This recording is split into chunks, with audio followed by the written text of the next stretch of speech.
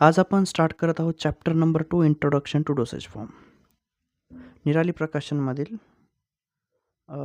बी pharmacy first year semester 1 unit 1 मधला second chapter introduction to dosage form.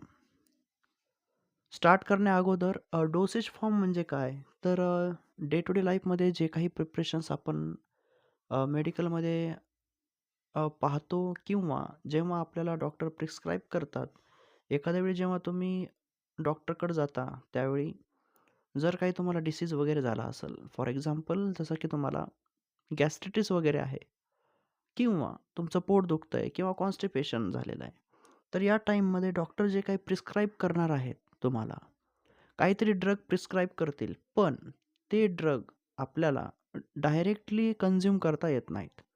तर त्यांना consume करण्यासाठी त्यांना कशा ना कशात तरी रूपांतर करावं लागतं आपल्याला, राईट.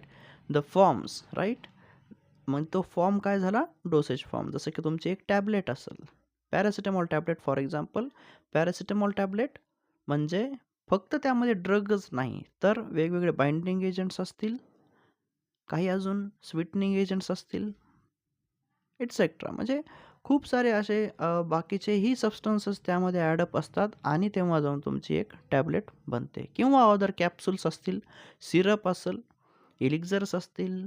तुम्ही काहीही जे काही जेव्हा डॉक्टर तुम्हाला प्रिस्क्राईब करता आणि जे तुम्ही मेडिकलमधून परचेस करता, they are nothing but the dosage form. कारण त्यांच्यामध्ये ड्रग आहे आणि त्या ड्रगला डायरेक्टली कन्झ्युम न करता आपण वेगळ्या फॉर्ममध्ये घेतो. The forms are nothing but the dosage form. ठीक आहे, आपण चॅप्टरला स्टार्ट करूया. चॅप्टरची स्टार्टिंग होते ड्रगपासून, की ड्रग म्हणजे नेमकं काय. डेफिनेशन पहा. A drug may be defined as an agent intended for use in the diagnosis.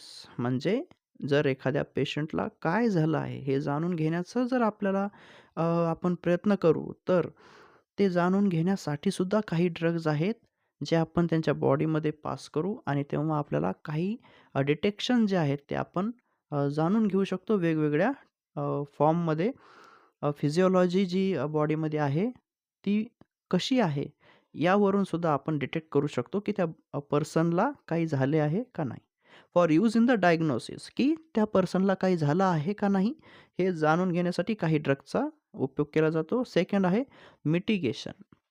म्हणजे सिव्हिरिटी असेल किंवा पेनफुलनेस, की एखाद्या पेशंटला काही एखाद्या डिसीजची सिव्हिरिटी असेल, तर त्यासोबतच काही पेनसुद्धा होत असेल, तर त्याला कमी करण्यासाठी सुद्धा आपण वेगवेगळे ड्रग्ज वापरू शकतो.